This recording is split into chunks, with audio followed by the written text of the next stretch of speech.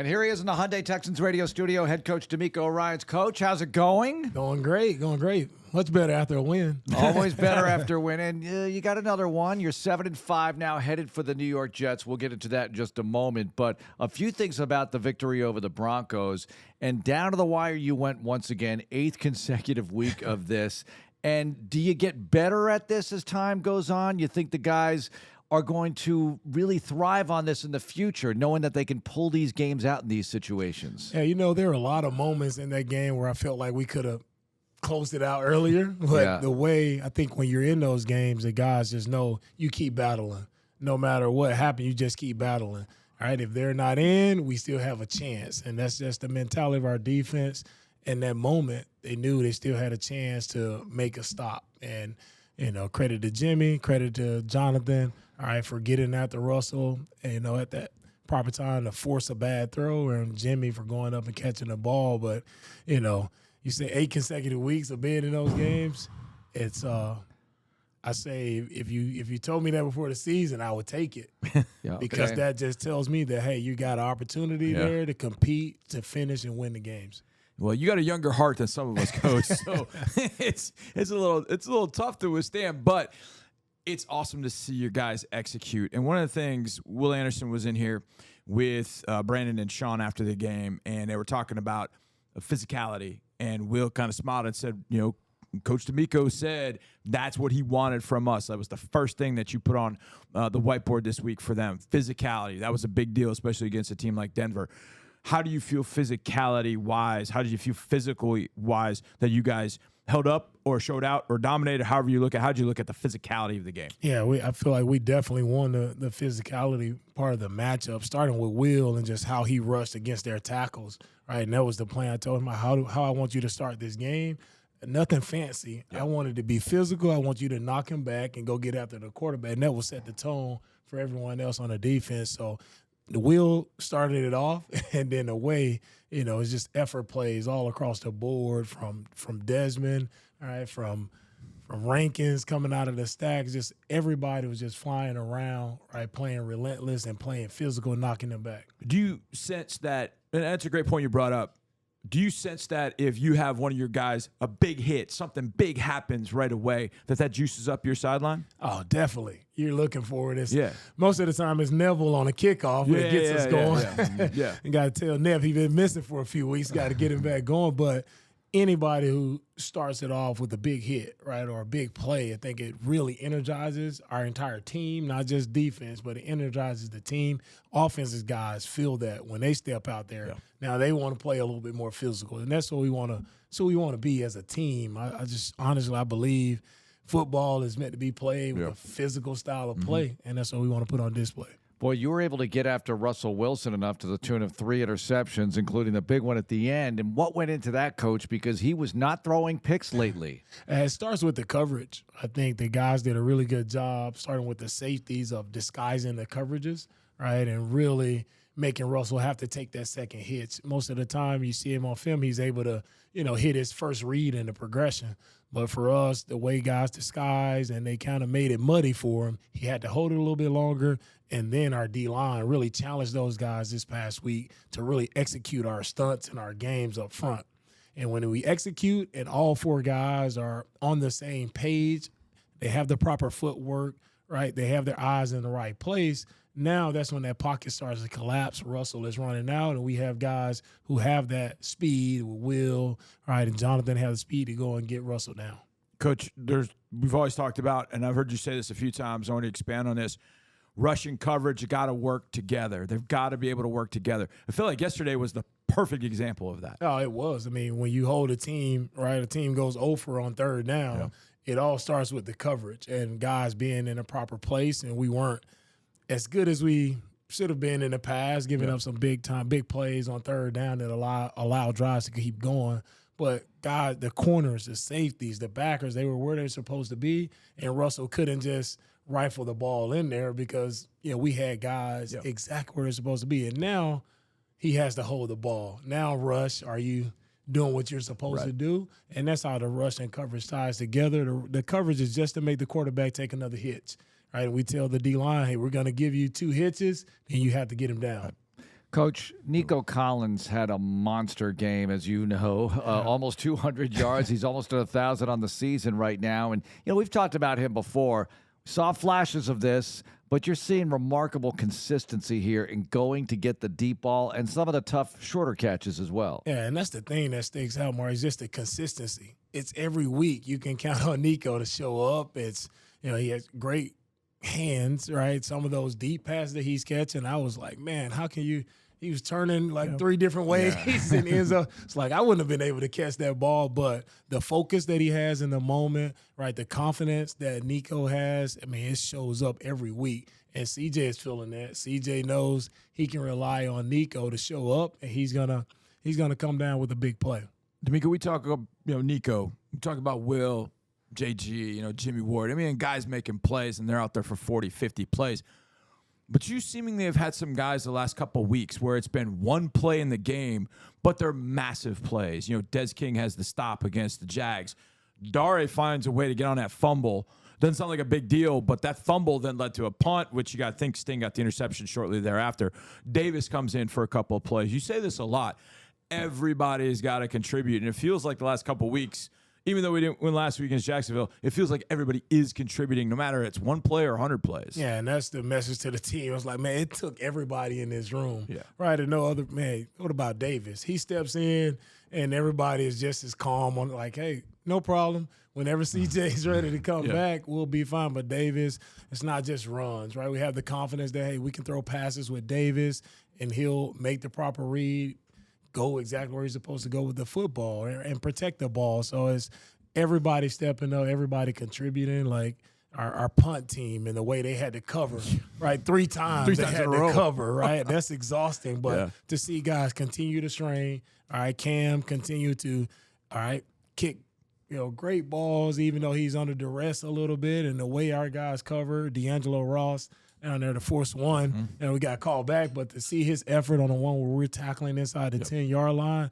it's every guy, whoever it may be, if you're suited up for the Texans on game day, we expect you to help us in any way you can.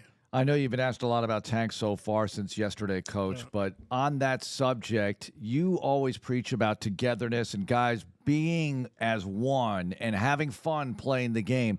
And is that the kind of thing that can really help you moving forward as you try to rally without Tank and really for Tank in some ways too? Yeah, we have to rally for Tank, and it's going to take everybody, starting in that receiver room.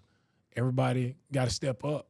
Right, those plays that Tank made, how do we make up for those plays, that Tank made for us, those explosives? We need someone to step up in that room, and I know whoever it may be, is Mechie, is Hutchinson, right, Noah, right? It's time for guys to step up in that room, and everybody got to play well around them as well. But we'll definitely miss Tank, and, he's a big part of what we did, especially offensively, right, and how we were able to thrive offensively, because you can always count on, right, Tank, CJ, that connection, making a play. And I was joking with the guys in the team meeting one that said, I told my wife to get me a Tank Dell jersey for Christmas because that's my favorite player. So it hurts me, losing him because of just see that smile on his face every time I walk into a team meeting. It just brightens my day. So it hurts everyone losing him.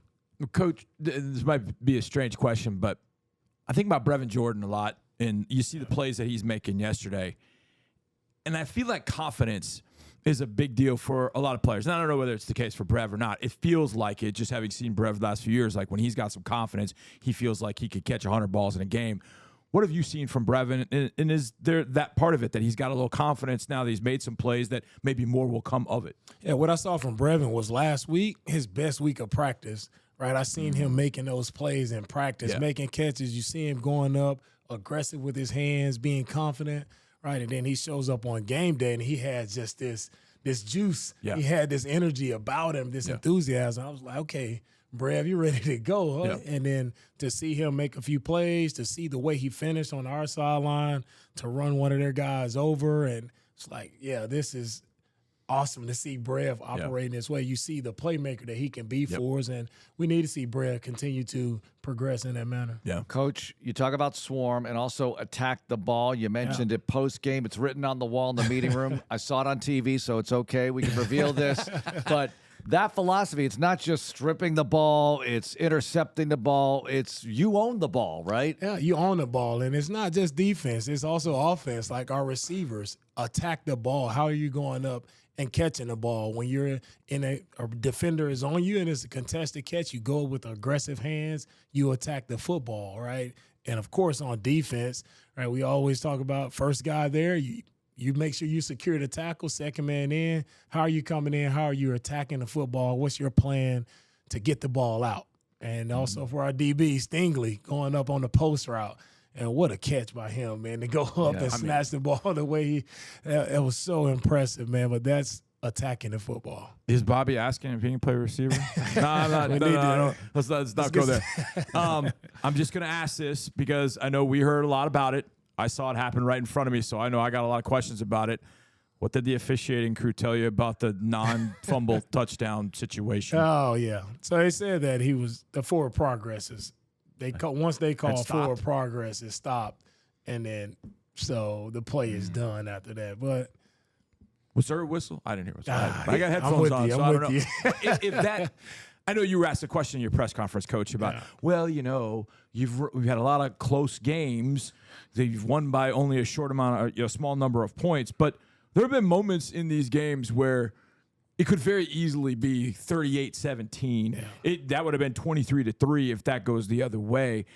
I would imagine that's maybe a lesson for the guys to be able to say, hey, look, you know, we can put these teams away. We got to just do it no matter what happens. How do you kind of look at that situation? Oh, yeah. We always look at those moments. Like I look at our offense. Like we're driving down. We're in the red zone a lot.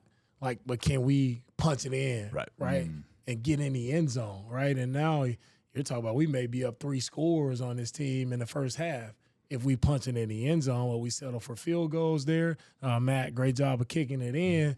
But, man, that's the opportunity, right, to play with Dez. Like, if it goes our way, yeah, we don't want to be in these close games, right? We want to be able to, you know, control the game. And that was kind of our mindset, right? Our key to victory is can we control the game, right? Being great on first and second down, right? Winning third down. And we didn't control the game how we wanted to, especially felt like we were good in the first half, but the second half, offensively, we didn't control the game as best as we did in the first. I think the listeners might be interested. When you talk to officials during the game, there's really nothing you can say that's going to overturn the call at that point, right? Unless it's under review or whatever, and maybe still nothing you can say that's really going to affect it unless they see something. So what is that like for you as a coach? Because you're really wanting something to happen, but are you just trying to get clarification on things? Yeah, sometimes I'm just getting clarification. I had to learn. I was telling my family this. I had to learn to, like, don't go crazy on the officials. They're not going to pick up the flag. They're not going to change anything. You know, I'm losing my mind a couple weeks ago when they hit CJ, and I feel like it should be a, stuffing penalty, and they don't call it, and I'm going crazy. And nothing happens. So it's like, all right, what you got this week, buddy? We keep it moving. Because I watched you talking to the refs when they were giving you the description, and I could tell you weren't happy because I've gotten to read D'Amico Ryan's body language, this year, but I can tell you weren't happy about it. But there's a moment. It's 4th and 2, first quarter, and call for false start. Singleton comes through. He and CJ have a little bit of a dust up, and CJ starts standing up to him. And now you got a little brouhaha. You got George, you got Shaq running in. Shaq just, hit all kinds of craziness is going on.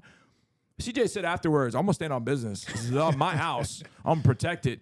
What was your kind of thoughts as you're watching your quarterback kind of go through that situation? Oh, man. I love that moment. I really love that moment. Right, you got a linebacker who's trying to, mess with our quarterback. And this guy had been barking the whole game. Yeah. Right, and to see CJ just stand up. Like, hey, this is our house. You're not gonna push us around. Like I love that moment, right? That was my moment of the game to see him stand up, and then to see Shaq and George come and have his back. But anytime you can do that and you get a free 15 yards, we'll take it every single time. Yeah, I think in the offseason we're gonna have a D'Amico Ryan's all-opponent team for some of the opposing players who look pretty. Singleton's kind of a beast now. He was making a lot of plays yesterday, but you overcame it obviously. Let's get into this a little bit. The New York Jets, you go to MetLife Stadium, you play Robert Saleh's team. This is a defense that, despite everything they've been going through, Man, they look tough. They're hard to score points against, Coach. Yeah, this defense is probably one of the toughest defenses we'll face this year. I know their record doesn't say so, but, I mean, you talk about a front that has multiple guys. They roll those guys. They have about 8 guys up front. They can roll, and they all are really good players up front. And that's where it starts. And then their secondary, we talked earlier about Stingley and Sauce, but their secondary full of young players who are making plays. Tony Adams, Sauce Gardner, they have really young, playmaking. Michael Carter at the nickel position, really good defensive unit, right? And this, we're not going into this game thinking like, hey, their record doesn't say who they truly are, right? You have to be dialed in. We have to be on our game to go and play against these guys because I know there will be a tough opponent. Do you have to fight against, because you know Robert so well, do you have to fight against he thinks I'm going to do this, so I'm going to do that, so I'm going to do this, and he thinks this, because you do know each other that well, and that these teams are going to have some intimate knowledge of one another because you guys have spent so much time together. You have to kind of fight that in some sense, Coach? It's funny you asked that. I was just in my office. I was starting to watch some of their tape, and I'm like, well, he probably is thinking, and it's like, D'Amico, don't overthink this. Just what you see is what you get. What you see is what you get, and I had to step away from it for a second, before, and I was like, it's not going to be about that. They know what we do. We know what they do.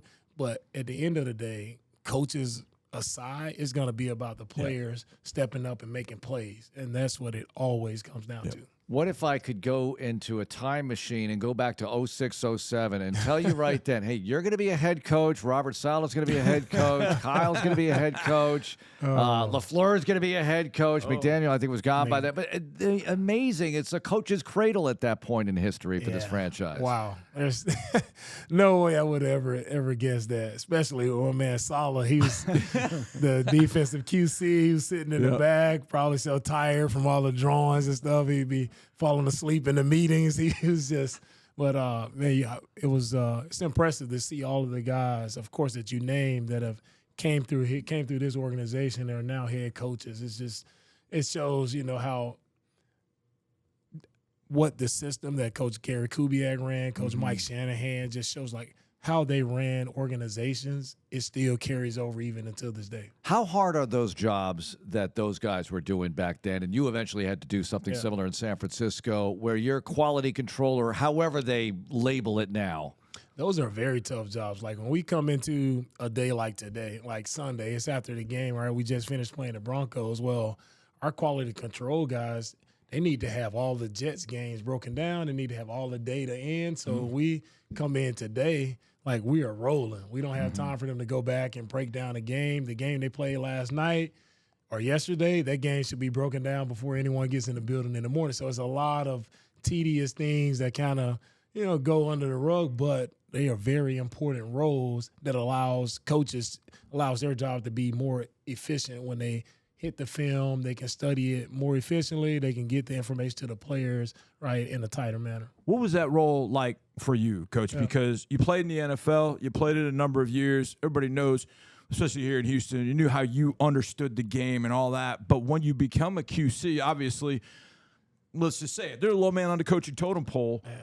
And so there you are. What was that like for you? And how much for you was it about kind of learning how to be a coach, learning the game? How much kind of was all that in that role for you? Yeah, I really had to know I wanted to coach because living out of California, I paid to coach my first year. It is true. And so it's a humbling role, right? But it taught me a lot just as I continue. You study a lot of film, so I'm inputting a lot of data and you start to pick up on these tendencies, and as I'm typing things in, it's like, oh, I see this formation. Oh, I know what play it is. Right. Before I even hit play, I can type the play in based on this formation. So you start to see things in a different light, all right? And you have to be prepared. It teaches you to be very organized, and you better be correct, especially with Saleh. He's always, him being a former QC, he was a stickler for the information, being correct.